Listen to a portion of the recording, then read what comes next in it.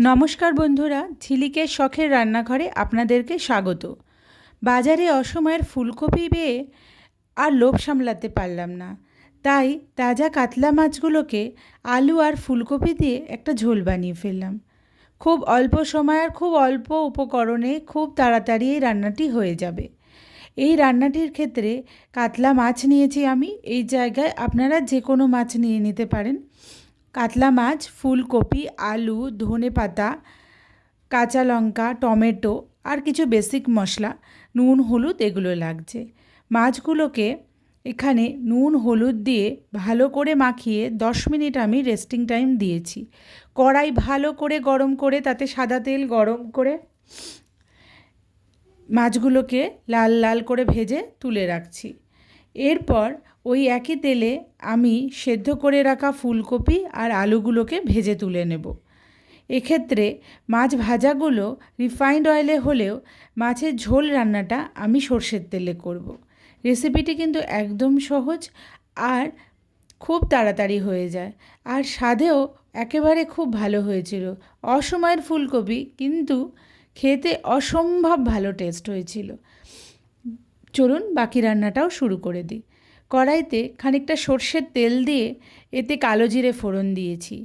কালো জিরেটা একটু ভাজা ভাজা গন্ধ বেরোলে তাতে ডুমো ডুমো করে কেটে রাখা টমেটোগুলো ছেড়ে দিয়েছি। টমেটোগুলোর মধ্যে একটু লবণ দিয়েছি যাতে করে একটু মেল্ট হয়ে যায়। তারপর ধনেপাতা বাটা, কাঁচা লঙ্কা বাটা 1 চামচ দিয়ে এর ভিতরে দিয়েছি লবণ 1/2 চামচ আর হলুদ পরিমাণ মতো দিয়ে মশলাটিকে বেশ ভালো করে কষিয়ে নিতে হবে। মশলাটি কষতে কষতে যখন অর্ধেক হয়ে যাবে তখনই এখানে আমি ভেজে রাখা আলুগুলোকে দিয়ে দেব। ভেজে রাখা আলুগুলোকে এই কারণেই আমি আগে দেব, তাতে করে আলুগুলো খুব সহজেই সেদ্ধ হয়ে যাবে, কারণ ওখানে ফুলকপি আমি সেদ্ধ করে রেখে ভেজেছি। আলুগুলো দেওয়ার পরে বেশ খানিকটা সময় রাখার পরে মাছগুলোকে দিয়ে তাতে পরিমাণ মতো যে যেরকম ঝোল খেতে চায় সেরকম পরিমাণ মতো একটু ঝোল দিয়ে দিয়েছি। দিয়ে ঢাকা চাপা দিয়ে দেব। ঝোলটা ভালো করে ফুটে উঠলে পরে তাতে ভেজে রাখা ফুলকপিগুলোকে দিয়ে দেব। এরপর আরেকবার ঢাকা চাপা দিয়ে দেব।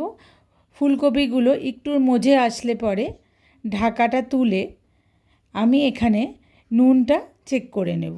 যদি লবণ লাগে লবণ দেবেন, না লাগলে তো কথাই নেই। মাছের ঝোল কিন্তু প্রায় 80% রেডি। এরপরেই মাছের ঝোলের মধ্যে আমি বেশ খানিকটা, একদম মুঠো ভরা খানিকটা ধনেপাতা কিন্তু ছড়িয়ে দেব। এই ধনেপাতার একটা আলাদাই স্মেল, যেটা পুরো মাছ রান্নাটাকে চেঞ্জ করে দেবে। এই ধনেপাতাটা ছড়িয়ে দেওয়ার পরে আপনারা চাইলে কিছু চেরা কাঁচা লঙ্কা দিতে পারেন, আমি দিইনি। মাছের ঝোল কিন্তু একদম রেডি। কেমন লাগলো রেসিপিটি অবশ্যই কমেন্ট করে জানাবেন। ভালো লাগলে লাইক করে পাশে থাকবেন। আর এরকম সুন্দর সুন্দর রেসিপি দেখার জন্য ঝিলিকের শখের রান্নাঘর পেজটি কিন্তু অবশ্যই সাবস্ক্রাইব করে দেবেন। আজ আসছি, কালকে দেখা হচ্ছে নতুন আরেকটি রেসিপি নিয়ে। টাটা।